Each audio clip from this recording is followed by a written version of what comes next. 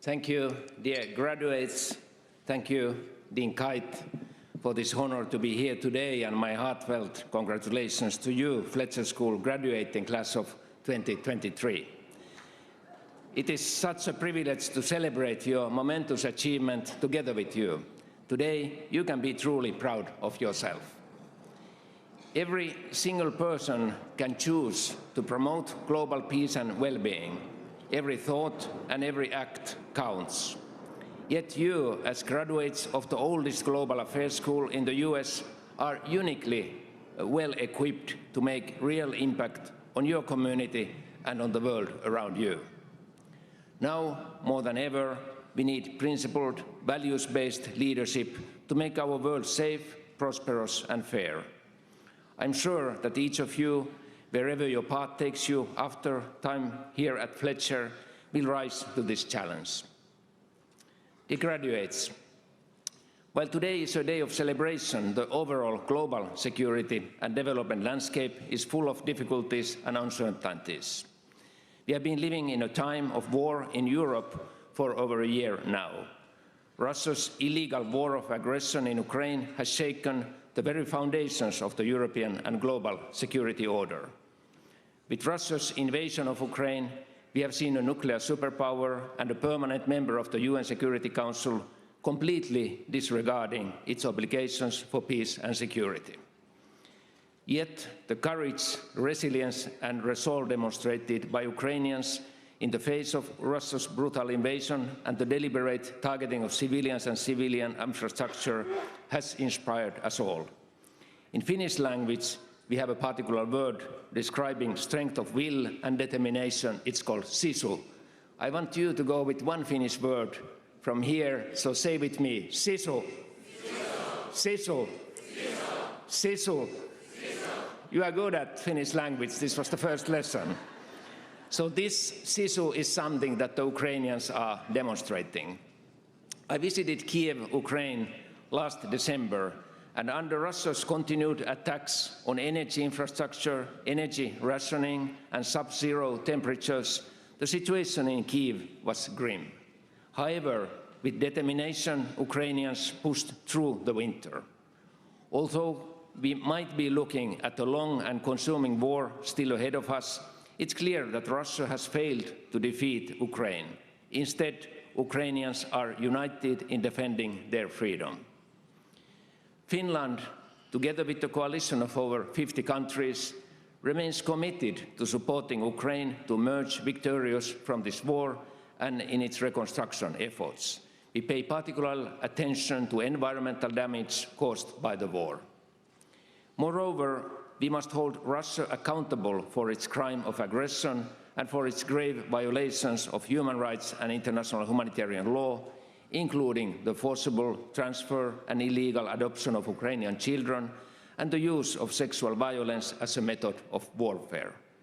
We have to work together to maintain and strengthen the international rules-based order and to ensure compliance with international law. Russia's attack on Ukraine also changed the principles of Finnish security policy. Until February 2022, the combination of strong national defense capability, a close NATO partnership, and a network of bilateral and multilateral defense cooperation arrangements served Finland well. With the new security situation in Europe, we decided as a nation to join NATO. And I'm very pleased that we could also influence a little bit to the Swedish decision so that we could apply NATO membership at the same time. Our accession process was historically swift, and on April 4th, Finland became a member of NATO and assumed the full rights and obligations of NATO membership.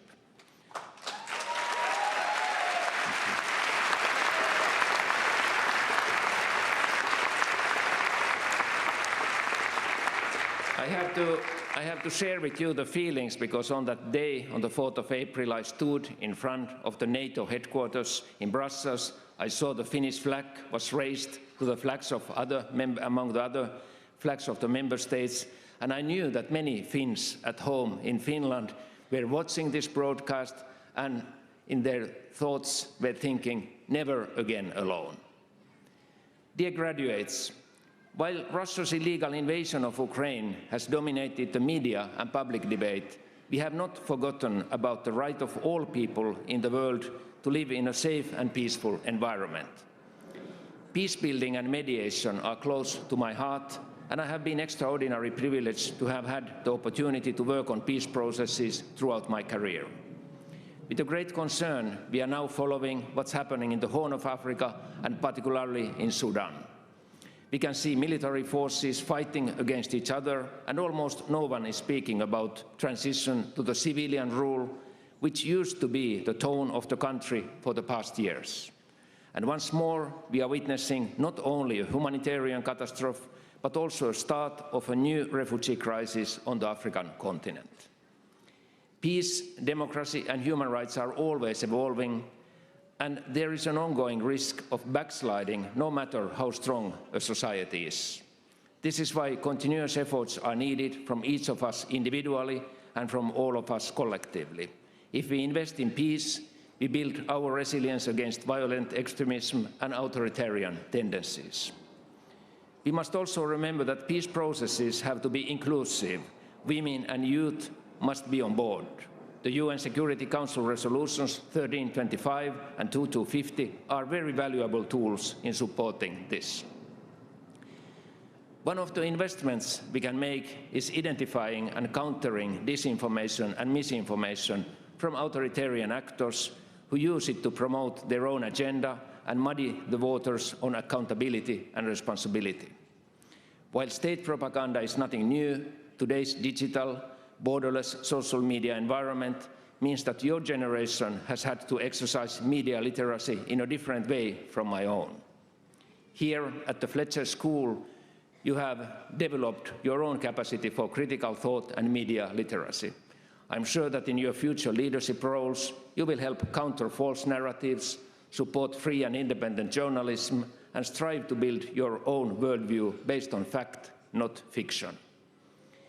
Dear graduates, the sheer diversity of the topics that you have studied here at Fletcher reflects the multitude of challenges that we face as a global community, the greatest of which is climate change and biodiversity loss. Both are threats in and of themselves and act as threat multipliers, from pandemics to food security. Yet we must not be paralyzed by this challenge, however momentous and bleak it may seem. Your interdisciplinary studies here at the Fletcher School prepare you to tackle these complex and interconnected problems. I encourage each of you to find your own way to make a difference. While each nation has to do their fair share in mitigating climate change, national borders do not contain climate change and biodiversity loss. Even and especially in this time of growing great power competition, deglobalization and inward-facing nationalism, we will not be successful in slowing down climate change and ensuring a livable planet if we do not work together across the borders. This Monday, I participated in the Austrian World Summit, a panel discussion with Arnold Schwarzenegger. I only have to admire how people like him are devoting their time and energy to raise awareness of the environmental and climate risks and use different platforms to share accurate information about these topics. And sometimes you need also to popularize the message. We can also choose to amplify the voices of those who are working hardest to combat climate change. To quote Vanessa Nakate, the distinguished climate advocate from Uganda and founder of the Rise Up movement, she said, "Every activist has a story, and every story has a solution to give, and every solution has a life to change." Finally, dear graduates, a career in international affairs is an immense privilege, but it can also be depleting and demanding. When times are tough, you draw strength from your loved ones, friends, and family. The personal connections that you have made here at the Fletcher School with students from more than 70 countries are an invaluable treasure. You have made friends here that will last you a lifetime, and you have had a unique window into cultures and lifestyles that are different from your own. Whether you choose to work internationally or in your own country, you can call on your Fletcher community to help think through complex topics or compare notes on common challenges. I encourage you to make full use of this privilege and to continue to seek new friendships across borders as you navigate your careers in the years to come. Our world is changing at an unprecedented speed, and you as global leaders have to be able to take on new challenges throughout your careers. While we may not know what lies ahead, the analytical and intellectual capacity that you have developed at Fletcher will serve you well in any leadership position. At the same time, your own moral courage and core values will guide you in times of crisis. Thank you again for the opportunity being here with you on the special day as you celebrate the completion of your studies at the Fletcher School. I look forward to seeing how you choose to move forward to make this planet a better place to live for everyone. And finally, since I already mentioned Arnold Schwarzenegger, let me end my speech with a quote from the Terminator 2 movie. And this is a good quote. "The future has not been written. There is no fate but what we make for ourselves." Thank you.